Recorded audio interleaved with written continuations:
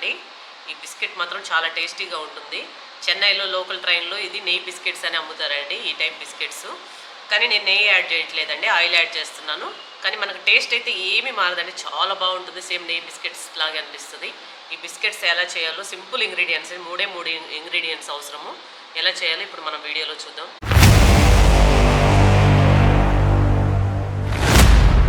ఈ బిస్కెట్స్కి మనకు కావాల్సిన పదార్థాలు వచ్చేసి, మనం ఏదైనా ఒక కప్పు తీసుకుంటే ఆ కప్పుతో 1 కప్పు మైదా అండి, 1/2 కప్పు చక్కెర, 1/2 కప్పు ఆయిల్ అండి. ఆ చక్కెర వచ్చేసి మనము పౌడర్ లాగా పట్టేసుకోవాలి. ఇప్పుడు నేను 1 కప్పు మైదా తీసుకొని ఈ బౌల్లో వేసుకున్నాను. ఇప్పుడు మైదా 1 కప్పు తీసుకున్నాను కదా, నేను తీసుకున్న కప్పుతో 1/2 కప్పు వచ్చేసి షుగర్ వచ్చేసి నేను పౌడర్ లాగా పట్టి ఇందులో యాడ్ చేసుకున్నాను. ఇప్పుడు వచ్చేసి ఆయిల్ కూడా 1/2 కప్పు తీసుకున్నానండి. ఈ ఆయిల్ మొత్తం ఒకేసారి పోసుకోకుండా మనము పిండి కలుపుకునేటప్పుడు కొంచెం కొంచెం యాడ్ చేసుకొని మనకి పిండిని వచ్చి ఒక ముద్దలాగా కలుపుకోవాలి. నేను ఇప్పుడు కొంచెం ఆయిల్ యాడ్ చేస్తున్నాను. కొంచెం కొంచెం ఆయిల్ వేసుకుంటూ మరలా ఇది ముద్దలాగా కలుపుకోవాలండి. ఈ విధంగా పొడి పొడిగా ఉండకూడదు, మనకు చూసినప్పుడు మంచిగా ముద్దలాగా అనిపించాలి. నేను చూపిస్తాను ఏ స్టేజ్ వరకు కలుపుకోవాలో. ఒకవేళ మనం వేసుకున్న ఆయిల్ సరిపోకపోతే ఇంకొంచెం ఆయిల్ యాడ్ చేసుకోవచ్చు అండి. 1/2 కప్పు ఆయిల్ సరిపోకపోతే.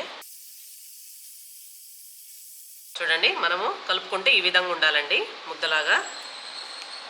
ఆయిల్ వచ్చేసి కొంచెం మిగిలిపోయింది, నేను వేసుకున్న ఆయిల్. మీరు ఆయిల్ అడ్జస్ట్ చేసుకుంటూ వేసుకోవాలండి. మరీ ఎక్కువ ఆయిల్ వేసుకొని మరీ పల్చగా కలుపుకోకూడదు. మనం ఈ పిండి తీసుకొని ఇలా ముద్ద చేసినప్పుడు మనకి బిస్కెట్ షేప్లో రావాలండి. నూక చూపిస్తున్నాను చేత్తో, ఈ విధంగా మనకు రావాలి. ఇలా వచ్చేస్తే మనకి బిస్కెట్ షేప్ కరెక్ట్గా వస్తుంది.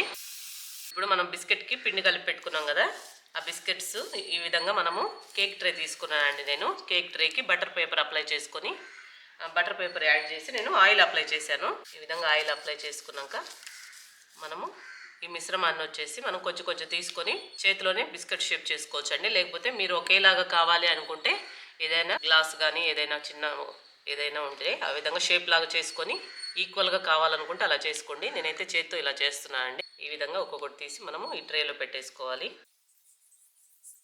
ఈ విధంగా మనం బిస్కెట్స్ పెట్టేటప్పుడు ఒక్కొక్క బిస్కెట్కి కొంచెం గ్యాప్ ఇవ్వాలండి. ఇవి ఓవెన్లో ఉడికినప్పుడు కొంచెం పెద్దగా అనిపిస్తాయి. ఇలాగే మొత్తం చేసి నేను లాస్ట్లో చూపిస్తానండి. చూడండి, ఈ విధంగా షేప్స్గా చేసి రౌండ్ షేప్లో నేను కేక్ ట్రేలో వేసానండి.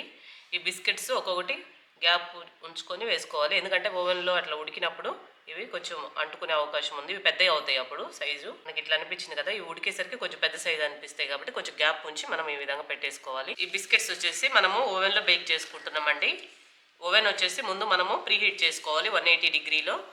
180 డిగ్రీలో మనం ప్రీహీట్ చేసుకున్న తర్వాత ఇవి 20 to 25 మినిట్స్ మనము బేక్ చేసుకోవాలి. ఈ బిస్కెట్స్ నేను ఇప్పుడు 20 మినిట్స్ సెట్ చేసి ఇవి ఓవెన్లో పెడతానండి. చూడండి, నేను బిస్కెట్లు ట్రేలో నుంచి తీసి చూపిస్తున్నానండి. ఓవెన్లో వచ్చేసి ఇది నేను 20 మినిట్స్ సెట్ చేశాను, కానీ 13 నిమిషాలకి అయిపోయినాయండి బిస్కెట్స్. ఈ బిస్కెట్స్ ఇప్పుడు నేను తుంచి చూపిస్తాను. చూడండి, చాలా టేస్ట్ ఉంటాయండి ఈ బిస్కెట్లు మాత్రం. బటర్ బిస్కెట్ టేస్టే ఉంటుంది. మనం ఆయిల్తో చేసినా కూడా టేస్ట్ అయితే ఏమాత్రం మారదండి. మీరు ఒకసారి ట్రై చేయండి, మీకు బాగా నచ్చుతుంది. నేను ఈ ట్రేలో 6 పట్టాయి కాబట్టి మిగతా నేను ఓవెన్లో హీట్ చేయాలండి. ఇవన్నీ మరలా కుక్ చేయాలి, బేక్ చేయాలి. మిగతాయి కూడా నేను బేక్ చేసి చూపిస్తానండి. మిగతా బిస్కెట్స్ మొత్తం ఒకసారి